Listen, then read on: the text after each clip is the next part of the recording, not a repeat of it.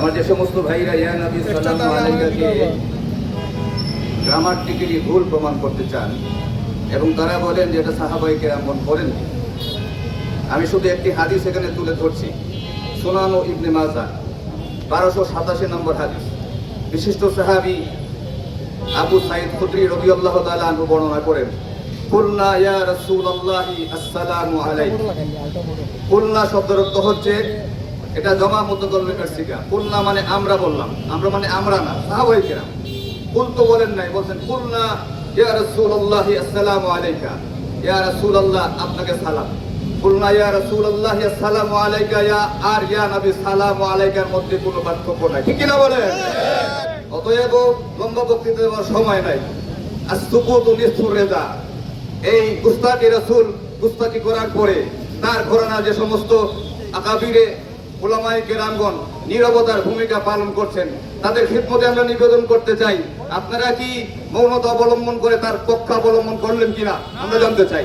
আপনারা না, তার ঘরানার কওমি ঘরানার লোকগণ তারা নীরবতা অবলম্বন করছেন। আমি একটা প্রশ্ন লিখেছিলাম করুণার মুফতি সাহেবকে উপলক্ষ করে যে এ ব্যাপারে আপনার অভিমত কি, এই পর্যন্ত তারা কোনো জবাব দেয় নাই।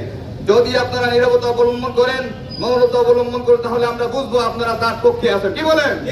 যদি তার পক্ষে থাকেন তাহলে আরো বলতে চাই, হাজী ইমদাদুল্লাহ মুহাজির মক্কি অনেক দূরের কথা, বাংলাদেশের আপনাদের এক মহান আকাবির, যাকে আপনারা সদর সাহেব হিসেবে চিনেন, ডাকেন, সেই শামসুল হক ফরিদপুরি রাহমাতুল্লাহ আলাইহি একটি কিতাব লিখেছেন। কিতাবের নাম হচ্ছে তাসাউফ তত্ত্ব।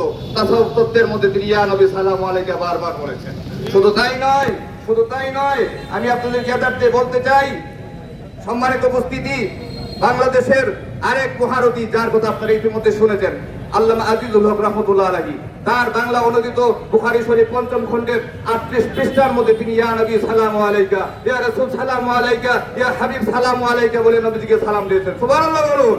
অতএব ইয়া নবী সালামু আলাইকা শুনলে তোমার অন্তরে আঘাত লাগে, আঘাত যদি কেউ দিয়ে থাকে তাহলে তোমার আকাবিরগণ আগেই ইয়া নবী সালামু আলাইকা বলে তোমার অন্তরকে দুমড়ে মুছে দিয়েছে, ঠিক কিনা বলেন? অতএব আমরা দুমড়ে মুছে দেই নাই।